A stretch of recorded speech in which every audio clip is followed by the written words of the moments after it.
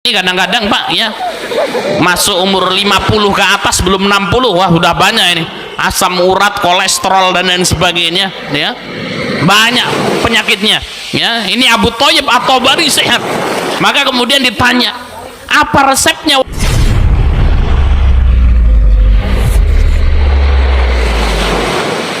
Di antara bentuk penjagaan Allah Subhanahu wa taala di dunia, Allah akan membukakan pintu keberkahan dalam hidup orang tersebut. Jadi orang kalau sudah menjaga Allah, pasti Allah akan bukakan pintu keberkahan dalam hidupnya. Ini Allah Subhanahu wa taala sebutkan dalam Al-Qur'an surat Al-A'raf ayat 96. Allah Subhanahu wa taala berfirman, "Walau anna ahlal qura amanu wattaqau."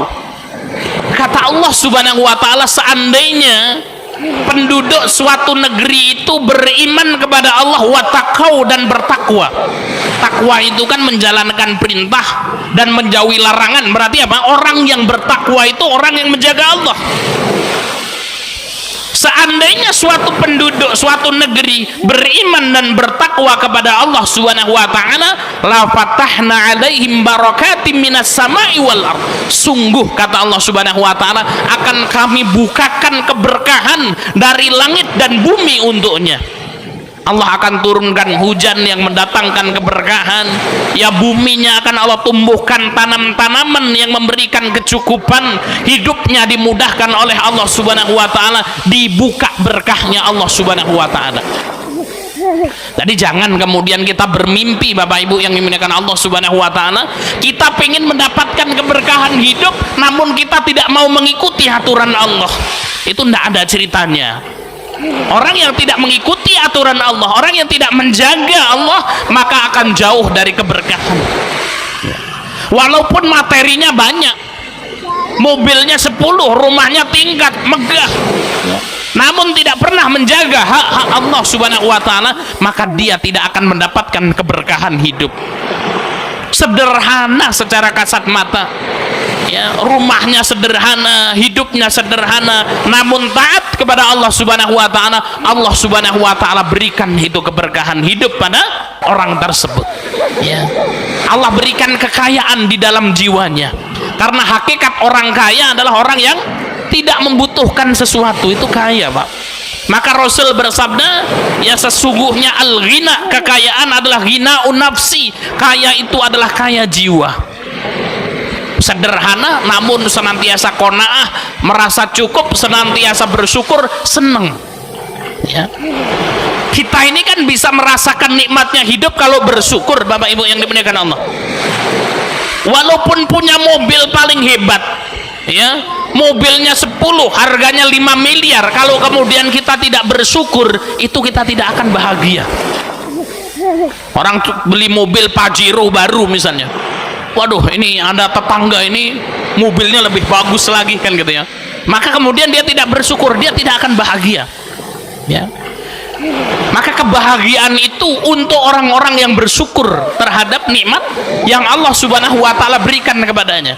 Jadi kalau kita ingin bahagia Bapak Ibu, rumusnya mudah, banyak-banyak saja bersyukur kepada Allah, insya Allah hidup kita bahagia. Punya sepeda, alhamdulillah bersyukur. Ada tetangga itu Pak Ustadz kemana-mana jalan kaki, nggak punya sepeda. Yang jalan kaki bersyukur kepada Allah, alhamdulillah sehat, bebas ya kolesterol dan lain sebagainya ya, kemana-mana jalan kaki. Tetangga Pak Ustadz stroke ya, nggak bisa jalan, bahagia Pak ya. Punya motor, alhamdulillah. Tetangga itu cuman sepeda, ontel ke sana kemari, ini masih punya motor, kita masih bisa pergi ke majelis taklim, bersyukur, seneng. Intinya kita akan bahagia tuh kalau banyak-banyak bersyukur ya. Dan kita akan susah hidupnya kalau kita tidak mampu mensyukuri hidup, karena kehidupan hakikatnya wang sinawang Bapak Ibu yang dimuliakan Allah. Kayaknya oh Masya Allah, ini ada tetangga Pak Ustadz kalau bekerja itu pakai jas rapi, pakai dasi, sepatunya hitam mengkilap, kemana-mana pakai pesawat terbang kan gitu ya.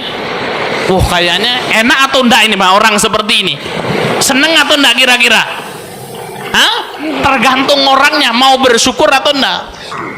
Ya, kalau dia tidak mau bersyukur, susah juga dia enggak senang. Ada orang yang kedua, pekerjaannya kalau pagi ke sawah, ya megang cangkul, ya ngelukung garu, ya matur tandur kan orang bilang kan gitu ya. Ya kemudian nyangkul di sawah. Ya, maka kemudian apa? Bahagia anda ini orang, tergantung. Kalau dia bersyukur dia bahagia. Ya, orang itu kayaknya melihat sesuatu kan, masya Allah kan. Oh ini kerjaannya pakai mobil ini, masya Allah, bolak balik kan. Kayaknya enak, kayaknya. Kita tidak tahu pikirannya seperti apa, Bapak Ibu yang dimuliakan Allah. Pak Presiden itu kalau kemana-mana dikawal kan sama orang itu ya, mikirin orang satu negara kan gitu ya. Ada aspal bolong yang disalahkan siapa? Presiden kan gitu ya. Ada jalan rusak yang disalahkan siapa? Ini Pak Camatnya mana ini ya. Maka kehidupan ini wang sinawang saja. Maka ketika Allah menganugerahkan kepada kita pekerjaan, disyukuri. Mikiran kerja, masya Allah mumet kan gitu ya, waduh ini pekerjaan banyak kan gitu ya. Maka kemudian bersyukurlah. Di luar sana banyak orang yang bingung, pengangguran mencari kerja nggak dapat ya.